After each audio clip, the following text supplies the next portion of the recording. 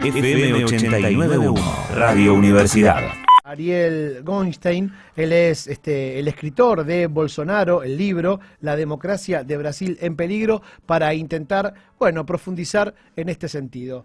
Ariel, Tavo Cibreiro y Camila Sansi te saludan. ¿Cómo estás? ¿Todo bien? ¿Qué tal? ¿Cómo están? Gracias por la oportunidad de conversar sobre estos temas. Bien, para aquellos que nos siguen a través de internet en el www.fm891.com.ar, además de escucharlo a Ariel, lo pueden ver. ¿Qué hace un escritor un lunes a esta hora? Escritor, periodista. Bueno, yo soy investigador del CONICET, soy sociólogo. Sí. Justamente hace un rato estaba revisando porque se cumplieron 100 días del gobierno de Bolsonaro. Entonces, distintos medios del mundo estaban haciendo como un análisis, ¿no?, de las virtudes, defectos, aciertos, desaciertos y muchas polémicas, sobre todo, que ha dejado este gobierno, y justamente estaba leyendo cómo eso se reflejaba en la prensa internacional, ¿no?, que fue muy crítica, digamos, de Bolsonaro, por más que algunos exponentes locales, simpatizantes del liberalismo económico, traten de defender. Lo cierto es que tanto a nivel de Brasil, a nivel del interior del país, como a nivel del exterior, sobre todo la prensa más,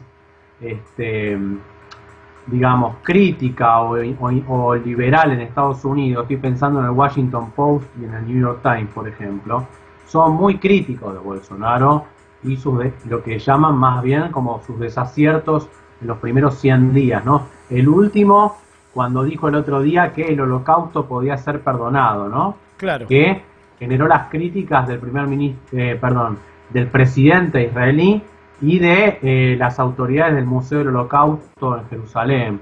Entonces, permanentemente Bolsonaro genera polémicas, pero eso no es un accidente, sino que es un estilo de gobierno, es una forma de gobernar sobre la grieta, ¿no?, como le llaman acá en Argentina, el tema de la grieta, la división permanente como forma de gobierno. Claro, sí, y además en este caso puntual hay un montón de cuestiones por donde abordar, ¿no?, al personaje y a lo que está sucediendo en Brasil. Intentaremos ir por algunos lados y seguramente nos vamos a olvidar de algunos otros, pero digo, en este caso puntual, ¿no?, de lo que decías vos recién, hasta hace no mucho Bolsonaro había propuesto en su campaña llevar la embajada a Jerusalén, ¿no? También, si mal no recuerdo, digo, como que no se entiende muy bien con qué puede aparecer, ¿no? ¿Qué es lo que puede decir? Cambia mucho de un día para el otro. Sí, en realidad ese aspecto tiene que ver con los apoyos que él tiene, ¿no? Los principales apoyos, ahí yo en el libro de Bolsonaro, La democracia de Brasil en peligro, puntualizo los apoyos, ¿no? Un apoyo muy importante, además de los militares, el sector agropecuario y financiero, son los evangélicos.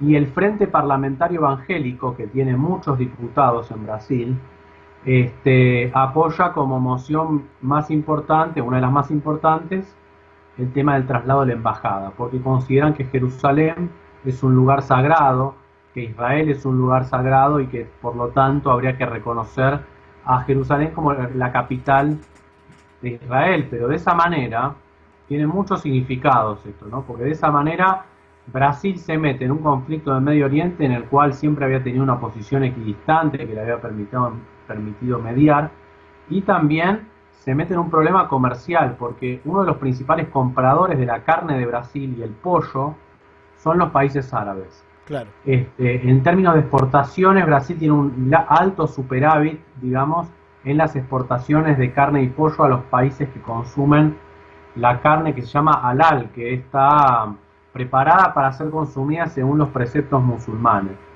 Entonces, esto le generaría un conflicto comercial enorme, ¿no? Por eso, siempre que Bolsonaro quiere trasladar la embajada, recibe enormes presiones del sector agropecuario, ¿no? Porque serían los más perjudicados.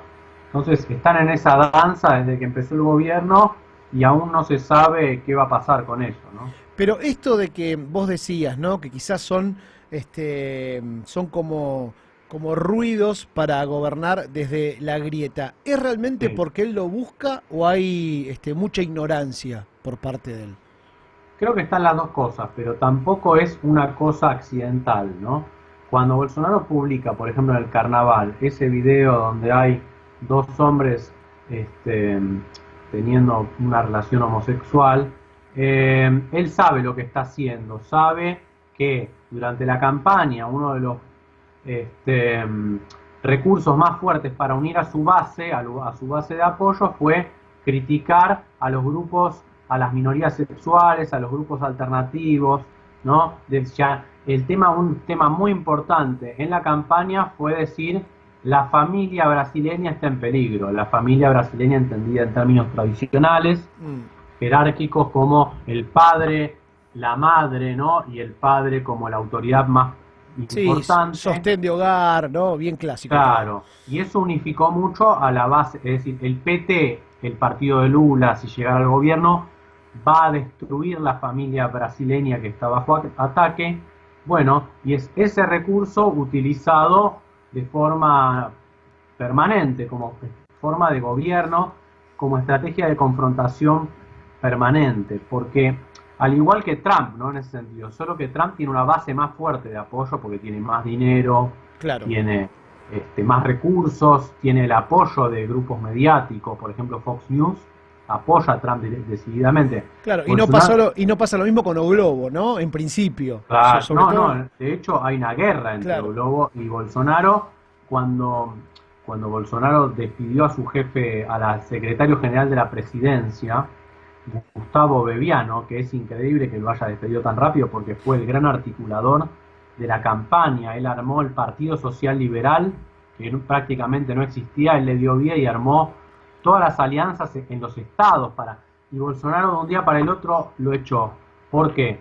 La razón principal, entre otras, ¿no? Más allá de los conflictos que tenía este personaje Bebiano con los hijos de Bolsonaro, pero el principal tema fue que Bebiano recibió en el Palacio del Planalto, en la Casa de Gobierno, al vicepresidente de O Globo. Entonces Bolsonaro le dice: con el enemigo no se lo recibe en casa, ¿no? Hay una guerra entre esos dos. Mira, sí.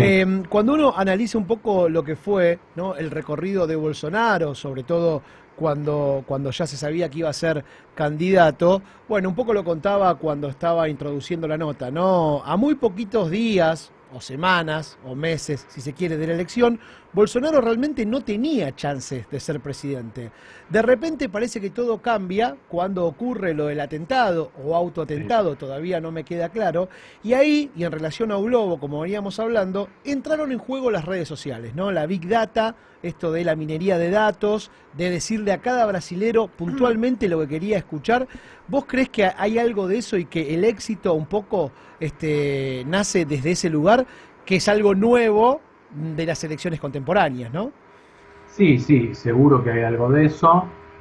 Bolsonaro siempre usó las redes sociales porque también nunca dentro de la prensa más dominante tuvo mucho apoyo, siempre fue muy crítica la prensa de Brasil porque sus declaraciones aparecían como algo periférico, algo marginal, no era la idea esta de discriminar por color de piel, por elección sexual, no era algo que era parte de la política, digamos, dominante en Brasil. Bolsonaro fue un personaje siempre marginal, reivindicador de la dictadura, claro, de torturadores, y él lleva al centro de la política algo que era parte de los márgenes.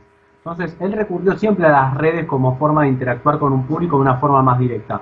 Seguro, los votantes de Bolsonaro, según encuestas que se han hecho Datafolia, por ejemplo, una consultora de Brasil, muestra que los votantes de Bolsonaro son los que más se informan a través de las redes. Y uno de los principales aspectos de la campaña de Bolsonaro fue decir que Haddad, el candidato opositor, distribuía mamaderas con forma de pene. Sí.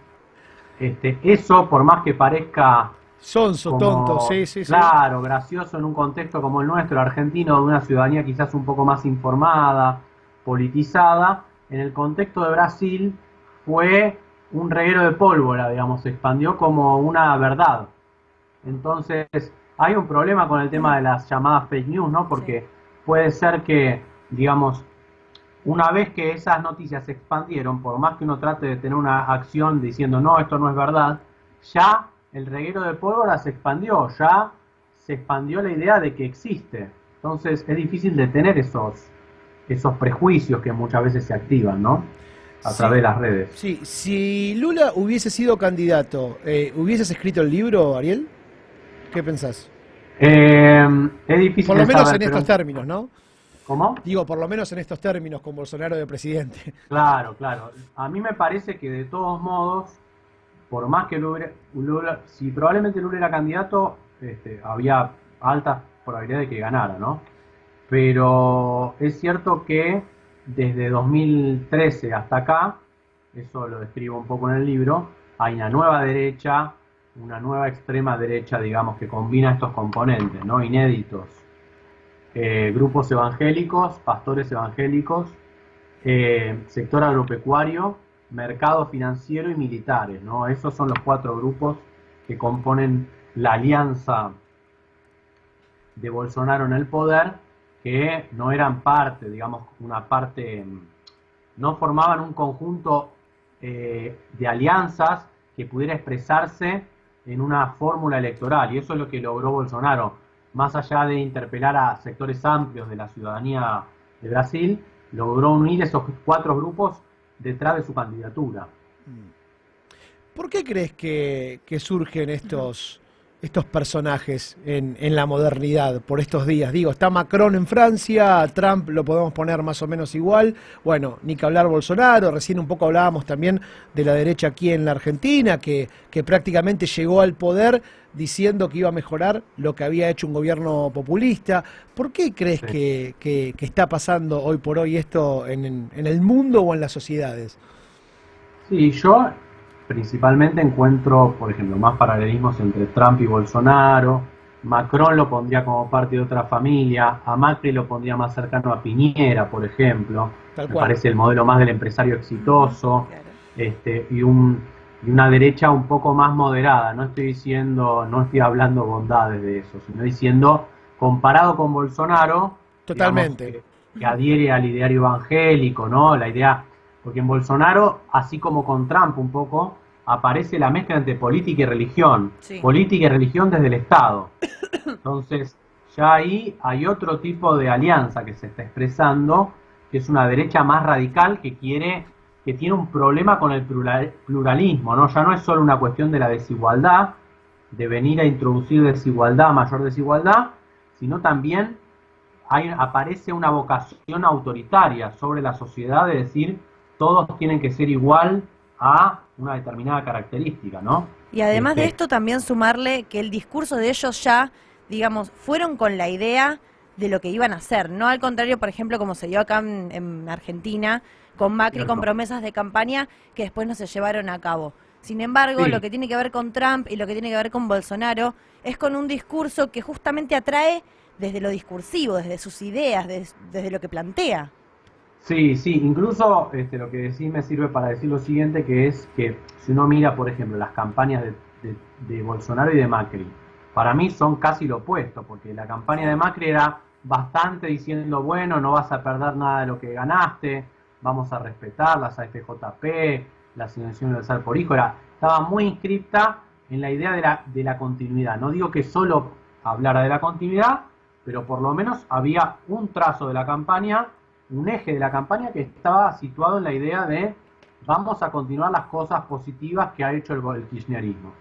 Y en Bolsonaro es todo lo contrario, es una ruptura radical, Claro. diciendo, Bolsonaro termina uno de sus discursos de campaña diciendo, esos marginales rojos, hablando del Partido de los Trabajadores, o van para la cárcel o van para el exilio, los vamos a barrer de nuestra patria. Entonces es totalmente distinto, ¿no? En ese sentido mientras que en uno hay continuidad, en el otro hay una ruptura absoluta, ¿no? Estamos hablando con Ariel Goinstein, él es docente de la U, además es doctor en ciencias sociales y, como si eso fuera poco, tuvo tiempo para escribir un gran libro que se llama Bolsonaro, la democracia de Brasil en peligro. Ariel, y si nos paramos en la sociedad, ¿qué busca la sociedad según tu mirada? No, prácticamente votando a su represor, si se quiere, ¿no? ¿No? ¿Qué busca? Digo, un pobre que supuestamente necesita de la mano del Estado para poder tener una vida mejor, digo, por ponerlo en palabras genéricas y resumiéndolo mucho. Sí. ¿Por qué vota a Bolsonaro? Sabiendo que todo el tiempo él de alguna manera va contra ellos. muestra que aborrece, Claro. por decirlo de alguna manera, a las clases menos pudientes. Y hay una mezcla de razones, ¿no? Seguramente en el futuro se conozca mejor eso, uno puede aventurar una serie de razones. Por ejemplo, un aspecto fundamental en eso es el tema de la seguridad.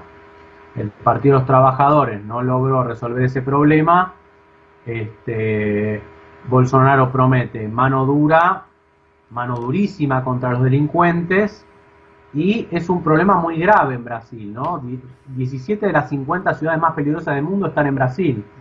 Sí, de hecho, ahora la policía está haciendo, una masacre por día prácticamente, la policía brasileña. Sí, 80 tiros disparó el ejército contra un músico inocente el Sí. otro día, ¿no? Y Bolsonaro dijo, el ejército no mató a nadie, el ejército es del pueblo, digamos, Sí. apoyando el asesinato. Pero, por ejemplo, escuché un testimonios, hay muchos factores acá. Por ejemplo, un caso es barrios populares que están dominados por las facciones del narcotráfico. Entonces, a veces esas facciones del narcotráfico aparecen aliadas al Partido de los Trabajadores, aparecen aliadas por conveniencias de elecciones del Estado, del municipio, por ahí algún intendente corrupto que hace la vista gorda con respecto a las facciones del narcotráfico, que son un tema gravísimo en Brasil, digamos, donde no está el Estado, las facciones son el Estado, ¿no? Comando Vermelho, hay muchas facciones, Primer Comando Capital, depende del Estado, ¿no? Pero son realmente amos y señores en las favelas, en los barrios populares. Ese es sin duda una razón muy importante, ¿no? Me acuerdo, hay una antropóloga que se llama Rosana Pinheiro Machado, que hizo un trabajo etnográfico en un barrio en Porto Alegre, donde un chico le decía, que él estaba más seguro adentro del morro donde dominaba el narcotráfico que afuera en la ciudad, se sentía más seguro y más protegido. Dice, bueno, eso es lo que va a hacer Bolsonaro si gana en Brasil, le decía el chico a ella. Un gran morro donde todos estemos protegidos, ¿no? Como ese autoritarismo que introducen los narcos en las favelas era visto como una protección a nivel nacional si ganaba Bolsonaro. Entonces, es una sociedad marcada por el autoritarismo, el racismo histórico, Claro. de una sociedad que vivió la esclavitud, Sí, que nosotros no vivimos, ¿no? Una La economía de esclavitud. una dictadura que duró muchísimos años, ¿no? Claro, o sea, esto por ahí puede parecer raro. Vuelvo a citar a esta Rosana Pinheiro Machado que invierte la ecuación, ¿no? Lo raro no es tanto que haya ganado Bolsonaro, Al sino revés. ver la historia de Brasil, sino que lo raro por ahí es que haya habido un gobierno de 12 años del Partido de los Trabajadores, como un líder como Lula, ¿no? O como Dilma Rousseff. Eso sería más raro para una historia como la de Brasil que un presidente como Bolsonaro. Claro. Recordemos que, por ejemplo, en Brasil no existe el peronismo, ¿no? Por citar una clara diferencia. Ariel, la última. Dale. ¿Por qué la democracia, ya lo estuviste contando un poco, pero resumiéndolo, ¿por qué la democracia en Brasil está en peligro? Entonces. Bueno, sobran... Lean el libro. Razones, ¿no? Sobran razones. Hace poco se cumplieron 55 años del golpe del 64, ¿no? El propio gobierno divulgó un video donde hacía una explícita reivindicación del golpe militar. Desde eso a una ministra que dice los niños visten azul, las niñas visten de rosa, digamos, hay todo un problema de los funcionarios.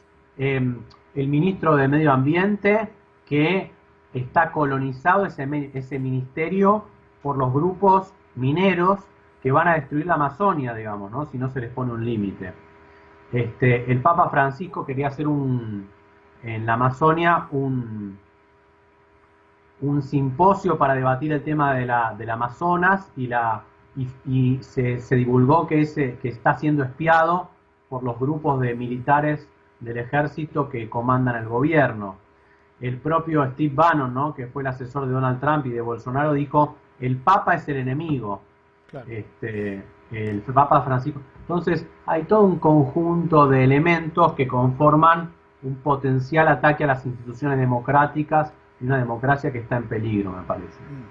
La última, ahora sí, y menos mal que supuestamente, y te lo pregunto, Ariel, que sabes un poco más que yo, que la clase militar, por decirlo de alguna manera, o los militares brasileños, son menos cipayos que los nuestros, ¿no? Si no, digo que ahí hay como una suerte de lío interno, que no son tan entregadores del Amazonas, de los recursos naturales, como que ahí hay un pequeño freno, ¿no? ¿O estoy equivocado? No, es cierto, es cierto. Dentro del gobierno los militares son el sector más moderador, el sector que más contiene. Por ejemplo, Lavo de Carvalho, que es otro personaje oscuro que vive en Virginia, es un gurú que vendió 500.000 libros, 500.000 ejemplares de un libro que se llama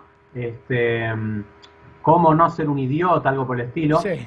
Y es también un gurú de extrema derecha.